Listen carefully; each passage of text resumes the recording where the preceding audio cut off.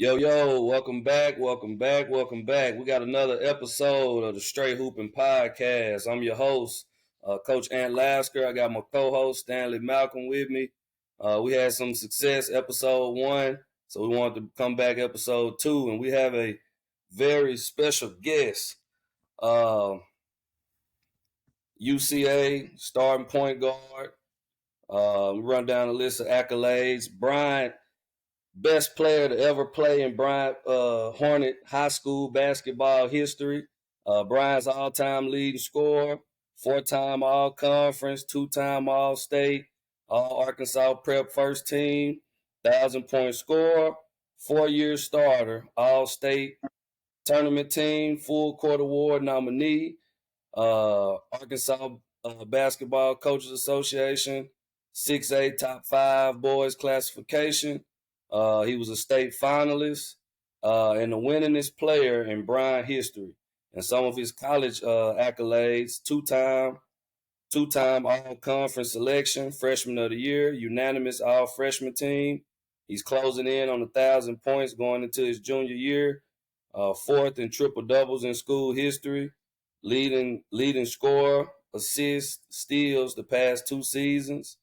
2021-22 UCA Male Freshman of the Year, multiple Newcomer and Player of the Year awards, and as a sophomore, he averaged 17 points a game, 4 assists, 5 rebounds on 42% from the field, 32 from the 3, and 79 from the 3-point line. My guy, my man, we go back like 4 flats.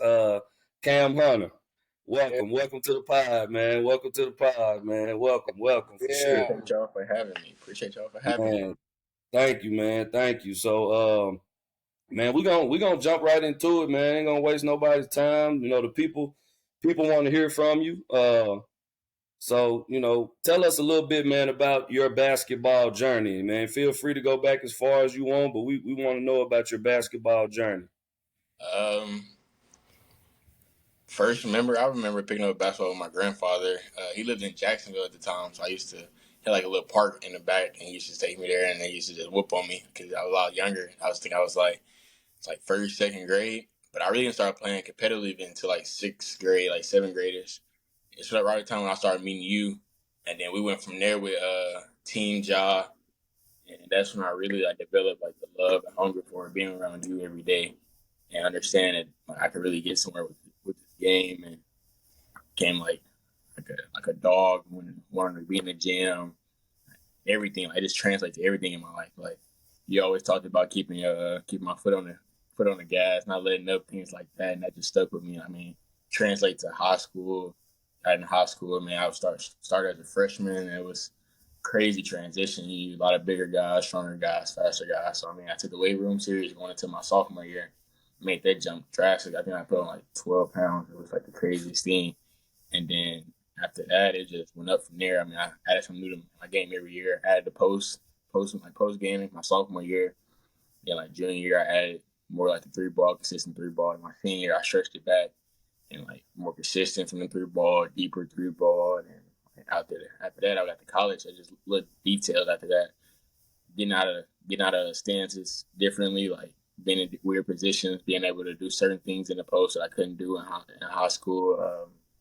I mean, honestly, like it was a lot that I've added in college, and lots of things that I went through in college that has helped my game get to another level to where it is today. Man, that's big time. That's big time, Cam. I wanna jump in, man. I'm a huge fan. Huge fan first and foremost. I came and watched you play. I was recruiting at Williams Baptist, and you was in the 6A state tournament down in Fayetteville. And I came and watch you play. I was like, man, that boy can go, man. He can run the show. So been watching for a while, man. I'm a big fan of paying homage to those before us and to those that helped us along the journey, because I had a bunch of coaches and a bunch of teammates that, man, just really, really took me to another level. And of course, you gave some props to Coach Ant a few seconds ago. But man, who else along that journey, and what other players, man, just really influenced you, really pushed you, and what other coaches really, like, man, that saw something in you that brought something out of you? For sure, a player that stand out automatically is KK Robinson. I mean, we best friends. Like we're brothers. We're brothers where we don't got to talk every day, but when we see each other, we know how it is. Like it's no without a doubt. Like we used to spend a lot of time together in the gym and things like that. He like guarding, going at each other every day in practice. Like you had no choice but to hold your own eventually, or like get to the level because like his scoring, his ability to score is like it's insane. Like he has everything. Like he's quick, crafty, but he's also like his change of pace is really, really elite. So a lot of people don't know. Like he can like change pace at a really high rate and really smooth. Like he might not look like he's going fast, but like, he'd be in this like a 75% speed and go to 100 real quick, like a split of a second. And he really helped me understand like there's levels to this game. Like there's levels to all this and things like that. Like when I watched him blow up on a circuit going into my junior year, he made me want to get hungrier and go and like be more of a dog and get more in the gym, things like that. Traylon Payne was a lot of help with that. He helped me a lot, just so far as with my confidence. Like my junior year when KK left, like they're kind of like me stepping into a bigger leadership role, and so I had to understand that like I was the guy now. And Trey really helped me with that. Like bad games, he's like, bro, we're good. Like it happens. Like we still gonna go to you. You still the guy. Things like that. And then I mean I had a bunch of teammates with Coach Ant. Like I go down a list from Dwight Townsend, Kareem Cotton, my cousin, Mario Frazier, Tate Edwards. He was a guy who really like that was like my first big man I actually played with. Like that's where my guard skills really came. My guard skills really came from Coach Ant. Like, he helped me develop the guard skills, but when he got Tate, he helped me understand the game a little better, and that's when it really like I seen how a big man's supposed to play. So ever since then, like I know how a big man really supposed to play. Like a traditional big man, like today's big man is a lot different. Like you got the Yo and a B, so I can't say like big man. So like it's more like a traditional big man, like the Shaq and things like that. I mean, I played with Jalen Williams my freshman year, going into my sophomore year, like on a circuit. Like after me and Coach Ant, like we finished up on with like the circuit, and he really like his IQ. Like his IQ is high, mine is too. So we really read off each other really well. Taryn Williams, Jalen Riggs, Madison Peaster, like those guys really helped me understand the game, like how to play without the ball being in my hand. Just see the game off the ball, like certain cuts, certain movements, what the weak spots was in the defense, things like that. That's what I really developed from those guys. Like being around those guys who were heavy ball dominant and like a high volume shooters. And then another coach would probably be Bill Ingram, Mr. Crazy himself. Like that's my guy, but that's my guy. But like he'll get into you really pretty bad.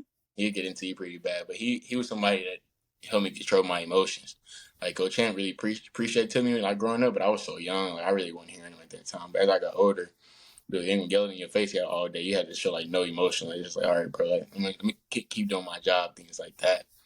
And then my high school coach for sure, Coach A, helped me grow along outside the court. Went through some dark times outside the court a lot during high school, like every year. And man, he just stayed with me, made sure I was good, things like that. And he had a family of his own. Those things was trying to help me succeed on the court as well. Man, shout out to all those people that was a part of the journey. Yeah. Oh yeah, definitely. So man, on to the next. It's a lot of players that are overlooked and under recruited, and I for sure, I'm a little biased, but I for sure feel like you were one of those, and I know you do too. So how did you handle not being recruited as heavily as you felt like you deserved? That was kind of tough. I really that was a lot nicer, man. I wasn't sleeping. I was kind of hot about that. I'm not even gonna lie. Especially in high school, like seeing a lot of other people who are getting offered that you either done killed like multiple times, every single time, over and over and over again, and it kind of gets frustrating. Like I got angry. Like I put holes in the wall. Bro. You ask my pops to do it. Like he tell you like I'll be in the room hot. He know I'm hot. And like I had consequences for doing that after that because I put a hole in the wall, things like that. But I mean, honestly, like I had to just stay grounded and just keep working. Like it was more like it's God time and not mine. Like all you need is that one opportunity, the right situation that help you get there and help you prosper and things like that. So I was like, I seen like guys having 20 offers that was in the same grade as me from the same state. I really wasn't tripping once I got towards my senior year. But earlier, I was I was real frustrated. But I didn't know how to handle it earlier. Like my first 3 years of high school, I didn't know how to handle it. My senior year, like after COVID happened, that's when I really separated myself on the court and off the court. Like mentally, I started like jotting things down. I saw like my thoughts, things like that, like journaling a little bit, and then like, because I mean we're in COVID, you gotta try new things, man. We're gonna be just in the house crazy and things like that. And then like been in the gym so much, I was like, there's no way guys are better than me. This guy's better than me, or that guy's better than me. So it kind of boosted my confidence during COVID, which might sound crazy, but I was in the gym so much. I've been around KK in the gym so much too. It was like, man, like I know I belong with the best of the best. So I just kind of like eventually going to my senior, I'm just gonna make this my separation season. That's what I kind of took into that. But I mean, it was in general it was hard. Like I'm not gonna lie, like, it was hard. You cross some nights, be mad some nights, you rude to family members because you know what you're putting in, like what you're working, like how hard you're working, what type of work you're putting in, what you're sacrificing. Like, I'm sacrificing friendships, relationships, uh, time with family, all that for this game, and it's like you're not getting putting out what you're putting into it. So eventually, yes, I was like, like make you want to quit, like you just want to hang it up. Like, it's not working. It's not working. But man, I feel like just having guys like Coach Ant, Pops, little brother, who was like a motivating factor. Like he's looking up to me, so I can't really just show him that I'm gonna quit and lay down like that because you go through things in life with your siblings where like they see you not lay down. So it's like I'm not gonna let this be one of them to let him see this, especially like being the older sibling. You gotta set a foundation, a standard, and that's what I really took to it. And I just really just stayed with that standard ever since then. Like even to the day, I have days where like in college, you gonna have the same thing where people are like noted as to be better than you or have this over you or this or that or just like it's more like political in college, man. To me, all they go out the window. So I feel like, man, I just keep working with it, just keep staying with it, and that's like motivating factors that come all into play. Man, I could just hear the fire when you talk about that for a second, man. I can tell it's still burning. Yeah, I to can this tell day, it's still.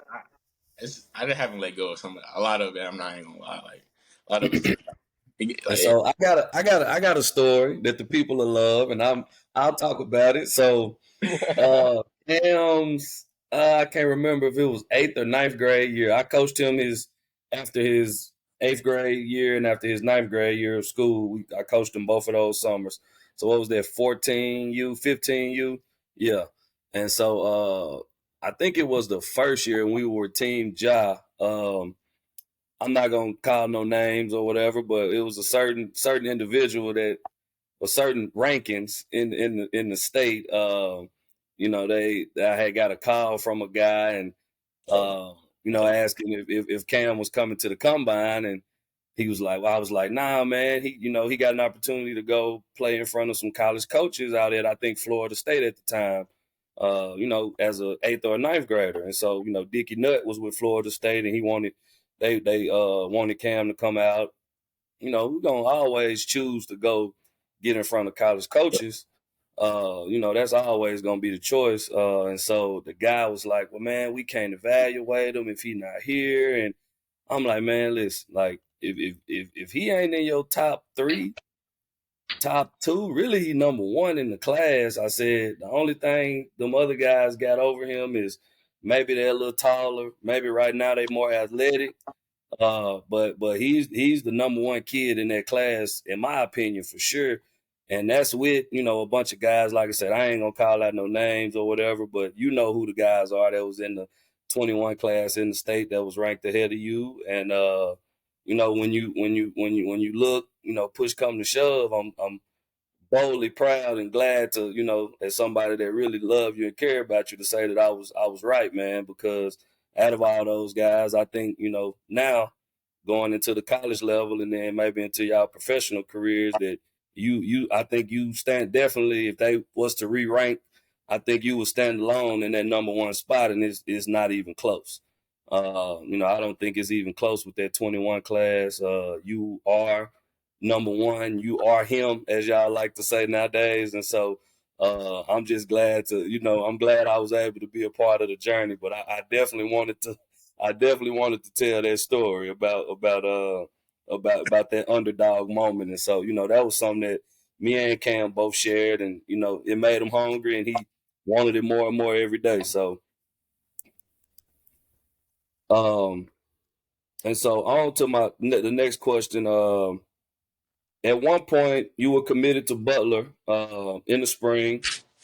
What my first part of that question is, what went into your decision to enter the portal, and what ultimately was the reason you decided to go back to UCA? The decision that made me go into the portal was, man, like we had a rough year, and so honestly, like I didn't believe that like with the guys that we had returning that like we were gonna have a successful year the third year, because like some of them guys really didn't want it. Like, I was gonna be pretty blunt. Like you see who really love the game, who really love to be there. Once you get in college, like it really exposes players. Like daily, like even in weights, like little things like that. Like you could tell, like just so far as putting an extra 5 pounds on a bar just to have a competitive advantage on the next guy. Like those guys weren't doing that, man. Like I'm in there really 6 days. I was in there 6 days a week from last summer all the way up to like even during the season. Like I'm in there still getting pregame stuff done to me, like little weights, little movements to activate like fast twitch muscles and things like that. Like I really like dedicated myself to doing things like that.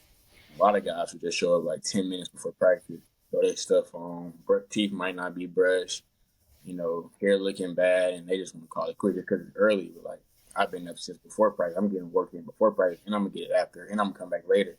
So I'm feeling like, man, I'm dedicated here. So when the season ended, I had a lot of drama go on behind the scenes to where like I really wanted to put my hands on my teammates. Like I've never wanted to do that, but like it was like felt like so immature in the locker room. Like, man, it's me this, me this, me this. I want this instead of how can we win? Like we went from literally like 6-2. We lost like next 3 games for 6-5, winning conference, and we lost the first 4 games. We won clean, and after that we lost another 4, and then we won like 2 more, and I think that was it. Like every game, like any game, guys were not locked in. Guys were like not really want to be balled in. They worried about what's beside their name on the scoreboard other than what's the total score. Like we down by 5, but just because you didn't touch the ball in 2 possessions, you can come down and heat check. You didn't even shot the ball in maybe 3 minutes and things like that. So like that's what made me go in the port. I want to be around guys who love the game and things like that. And props to the coaching staff. Like it's part of the reason why I came back. Like they brought in guys who like Tucker Anderson and Kevin Bigger West. Like he's young, but he's a hooper. Like it's the reason why he was a McDonald's All-American nominee and 6A West Player of the Year and things like that, because he really loved the game. He really loved being around there. He brought in Drew Brown from North Florida. And that dude is crazy, man. Like his motor is just something I ain't never seen. Like he's all constantly going, constantly working. Like even the little things, like on the boards, talking. He's running the floor. He first went on the floor, and I've never seen a big run as hard as he does. He's like they got in Javion got King, Carl Doherty, like he came back. Like they're recruiting guys that want to be around the game and things like that. And man, I mean, like I said, it only take one opportunity. So I came back strictly based off like I want to do what somebody else haven't done. Like nobody's won at the Division I level in UCA history, and I know I had a chance to do that and be the guy doing that. So like my main motive, my main focus, my main drive every day, like turning the ship around, trying to get some started that couldn't be started by other players. Like Jordan Howard, he won, but he didn't touch the tournament. But like he was, and they didn't score his senior and things like that. They did have a winning season, but they didn't make the tournament. They made the CBI, something like that year, or NIT.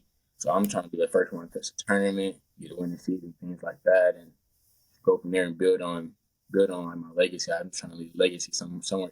Everywhere I touch, I want to leave a legacy and impact people and impact organization and things like that, and just try to be the best man I could be. Man, Cam, you sound like a coach, man. You sound like a coach in the making. Sound like 15 years from now, you might be on the sideline somewhere. I can't do that coaching, man. I ain't gonna lie to you. I done seen Coach Ant stress about that too much. I can't do it. I don't see my coaches up here stressed about it too much. I can't do it. I want to keep my hair for as long as I can. Coach ain't losing his over there. Little bit. That hey, that come with the territory. But nah, man, to piggyback off what Malcolm said, man, you always been mature and wise beyond your years, man, and just seeing this, having this interview with you and seeing your growth as you go into manhood, man, is amazing to see, especially knowing everything we've been through, trials and tribulations as a player, coach, and the relationship that we've had, but. I'm proud of you, man. Proud of you. Did you have any follow ups to any of that, Malcolm? No, I was just gonna have him elaborate a little bit on, the mindset of the reason I said you sound like a coach is because, so many guys play college ball, and they don't ever consider what the coaches are doing as far as putting together a roster, who they plan on bringing in, the type of mentality they trying to build, the type of culture they trying to build. I just want you to elaborate on the importance of that because on the high school level, it's a little different. I may get a kid from ninth grade and he may move up to the senior high team, and that's like getting a new addition to college. And you want those ninth graders who come in to be ready, to want it, to be ready to compete, to be ready to fight, and to buy in to culture and to buy into the coaching staff. So kind of elaborate on, the mindset of, like take some ownership into what you're doing. Take some ownership into the program because it sounds like, when I say you sound like a coach, you sound like an assistant coach. Like, we got to bring in guys who hungry, who want to get in the weight room, who want to get up extra shots, who want to do those things. Just elaborate on that mindset, man, and just kind of let the youth who may be watching know, like, it's more to it than just getting out there and playing, Yeah, most definitely. Well, first off, it's a standard I hold myself to. Like, I developed that center like when I came across when me and Coach Shane came in contact. Like, just being around him every day, you want more, so much more to where you push yourself to the point to where like you cannot go. Like it's like the coaches literally tell me some days like, bro, you gotta take off, you gotta chill, like you need to rest, you don't do nothing tomorrow, or just come in, just do like little mobility work, things like that.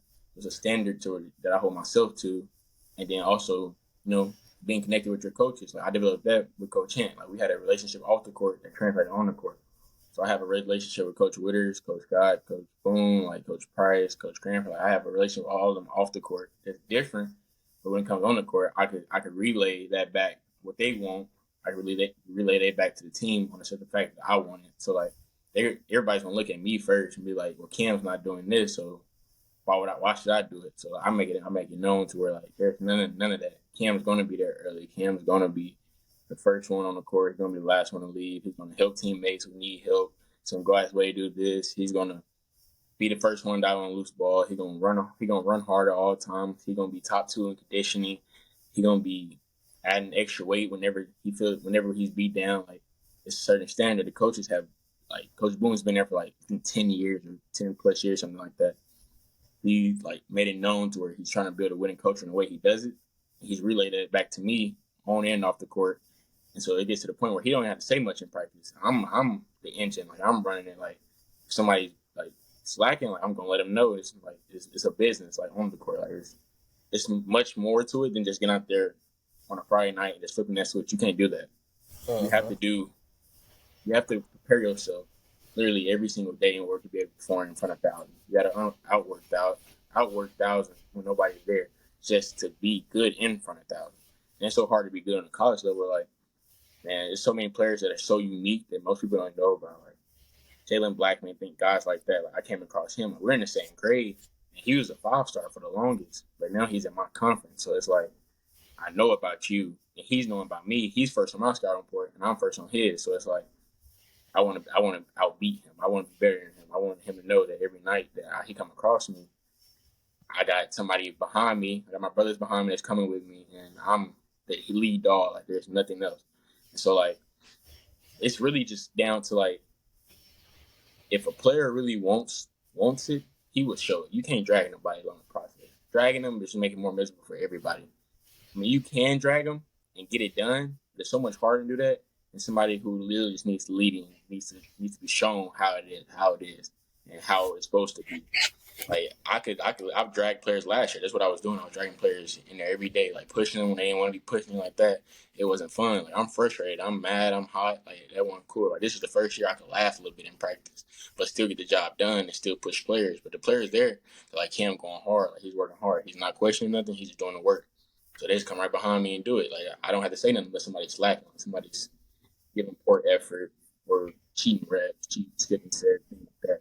Sometimes I really gotta say something. But like you're gonna have players do that. That's what I'm there for. To uphold everybody's standard. So yeah, like for sure being a leader is like it's not for everybody. Like it's not for everybody. Like you're not gonna have most of my teammates probably don't like me on the court. I could be a tyrant. I really can. But like they can't say I have not done anything that has been told to be done and more. It's like there's no reason to question me because they know what I do every single morning. I'm there every single morning.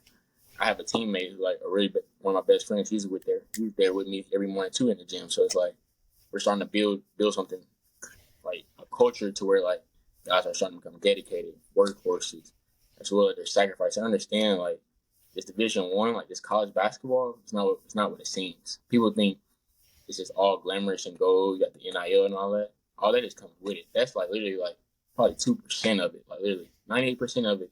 So you up at 4 a.m. You're getting work in. You're going to weights. You got to eat constantly. Then you got to go sit in class, study hall, get extra workout in, and then somehow manage all that and still get your homework done. And then as day starts over, like most days, like when school starts, my day is not ending to 10, but it's starting early. But like people don't understand it. Like they just see what you do on when it comes game time. Like they don't understand that it's the preparation that really comes behind it. You can't be prepared for something if you haven't put in the work. You just expect to flip the switch when it comes Saturday night. But you got somebody who's been preparing a whole 6 months. Like they're off season, they're preparing every single day consistently. But you just been doing it 2 or 3 days out the week. Like that ain't gonna get the job done. Like literally, like this is a commitment every day that I've made to myself that I'm holding everybody else to. Yeah, you're gonna have off days like a Sunday where you have to take off days in order for your body to be right. But some days, like some weeks, I don't take days off. Like it's a constant. Like it's something I just want. Like, I just want to get better. I want this. So now I'm trying to find players who want to do it. So when the youngins come in, I'm gonna be on them harder, especially if I know they're finna play this year. Like the coach told me they're looking for them to play. I'm gonna test them a little harder. I'm gonna see if they got some dog in them. I'm gonna throw some things their way. Like, some days I might just be on them a lot harder and see if they're fold. Because like when it gets on the court, it's almost like the trenches out there. Like it's dog eat dog. Like you can if you can't hold your own, I can only do so much. Like if you're gonna fold, we ain't gonna get nowhere. Especially I'm supposed to rely on you night after night. So it's my job to get them prepared every single day without a doubt. So that's what I've really been doing. Like that's the culture that coaches have relayed to me. It's been hard, but it's just been like, man, like just try to get it done every single day. And building a culture is not easy. You're gonna have more setbacks than success. So I mean, every day has been a setback. Something goes wrong every single day. It's about how you respond to it, how you build on it, things like that. I think the best thing we've done is literally just try to get better and control what we control every single day in order to get where we want to go.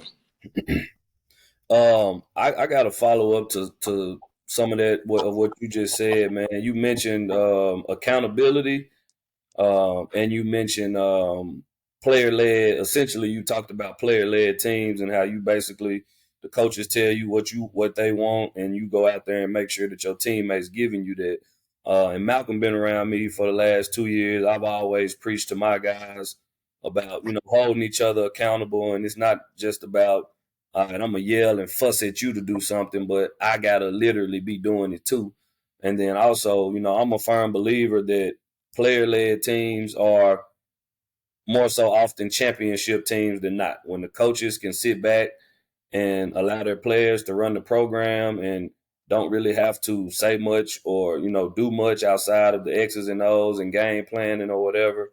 When the players can police themselves, then 9 times out of 10 you'll definitely have success. So I just want you to just for briefly talk about accountability and being a player-led team.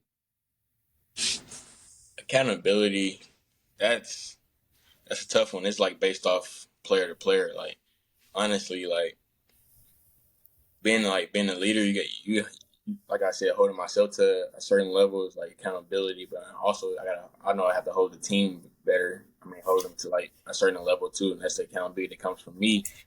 But it's also like a standard in general that we create and things like that.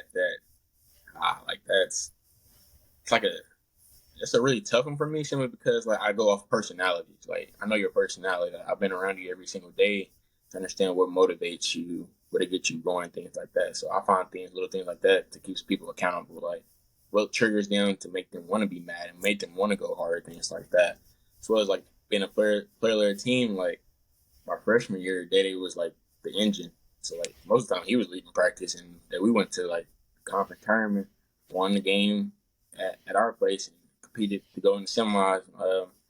Going into my freshman year, and that's the year I won freshman year. But it's just like I seen that from Dede, I seen that from KK as well. Like my sophomore year when we went to state championship, we was player led by KK. Like he made sure nobody was slacking. Coach A really didn't say much. He just put the game plan in. Coaches really can't play for you. All he can do is give you the game plan, give you the key to how it will all work. It's the key to success on the court and off. But it's just like, as a leader, you got to hold everybody accountable. You got to be the one. If your leader's bought into what the coach is saying, everybody else will be bought in. Because like we're supposed to be looking towards him. He's doing it, so that's why not do it. You know, I think that's something I've been trying to do. Be bought in everything the coach said, every little detail, every little thing.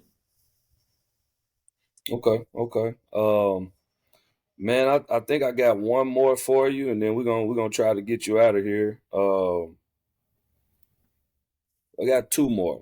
Briefly, what can we expect? What can we expect from UCA this upcoming season?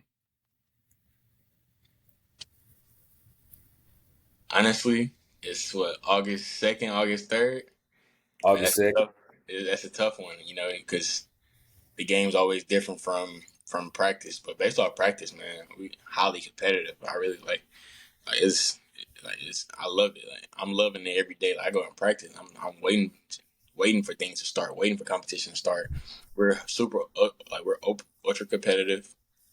Man, we got some dogs. I can tell you that. I feel like we'll make a higher chance. This is probably the highest chance we have at the running season with this core group that we have.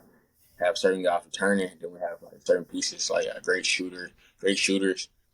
Finding like an energy guy like in Glory, and then we have another guy named Issa that's coming as well. So I feel like we can make a really big run at things this year and try to get over that hump. If not, we can maybe get over the hump depending on how we are every single day from now until the end of the season. But I mean, it's only time to tell. It goes off game to game and things like that. And I mean, for me, I'm just looking just to win. Honestly, the accolades come with it. That's all that really comes with it. You win, all that take care of itself. I'm just more focused on like day-to-day basis, getting better, looking at things I struggle with and things like that, and just trying to get this ship on the right track and things like that. And so we can get to that next level. And competing in NCAA tournament is the ultimate goal, and national championship is the ultimate goal. But I mean, it's harder being at the level that we're at, but like seeing like guys like San Diego State, Florida Atlantic do it, so it's like, man, like, why not chase that? Dream big. So that's something we're doing over here. For sure. And the last one, man. What is a message? So on our platform, man, we always looking at how we can help grow the game. Inspire young people, the next generation that's coming up, the guys that look up to you, because I know it's a ton of guys around the state that are current high school players that saw you coming up and that look up to you. So, what is a message that you want to leave young players that will help continue to grow our game? Jeez. I mean, based off my whole experience, just basically being you every single day. Like don't let nobody change who you are on and off the court. If you're a guy that expresses your emotion in a high way, like things like where you're kind of like on people, you're kind of very emotional. Like yeah, you could be emotional to a point to where you got to be able to control it, but like don't change who you are just to kind of like please like a coach or things like that. Because I know a lot of kids like that have been like killed by coaches and things like that. I know a few of them from like that have actually like DM me in my Instagram or like Twitter and be like, bro, how did you handle this, or how did you handle that, or how you handle recruiting, things like that. Like best thing I can tell y'all is just be you every single day. Like if a coach don't accept you for who you are, it's there's 1,000 schools out there. Literally, like there's 1,000 high schools out there. There's literally a coach that wants you for who you are and for you to be you and for you to just go do you. Like that's literally just all it takes is that one heart. That's all you need is for one coach to believe in you to get you to the next level. And it's the same process that repeats. Literally, it's like a process. It's like a start over. Every level is a fresh start. You start in high school, middle school, coach believing you go to the next level. Same thing in college and professional. Same thing. Just work your way up the food chain as you go. Now, along the way, yes, you will add things too. You become a different person, but you always be you.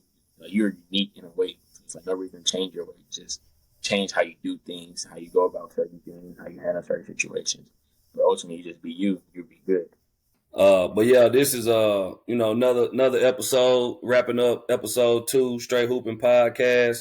I want to thank our special guest, Camren Hunter, for coming on with us today and sharing some of his wisdom with the young men and women in the basketball community. And so, man, continue to do you, man. Be great. I'm always check in and tap in with you. I'm definitely gonna be there when y'all play them Golden Lions, man. I'm always root for you in spirit, man. But I gotta go for the home team when y'all play them Lions, man. So I'm definitely be in the building, man. But man, we appreciate you. Man, we want everybody to like and subscribe. You can find the Straight Hoopin Podcast. It's on Spotify. We got it on YouTube, and so please like and subscribe. Like and subscribe. Tap in with us. Get in the comment section. We want y'all opinion on what y'all think about the podcast, how we can make it better, and so on and so forth. But I want to thank our guest again, Cam Hunter, for tapping in with us today, man. Appreciate it. Good luck this season and good luck with everything moving forward, man. Appreciate that, Coach. Thank you for having me today. All right, now take it easy. You too.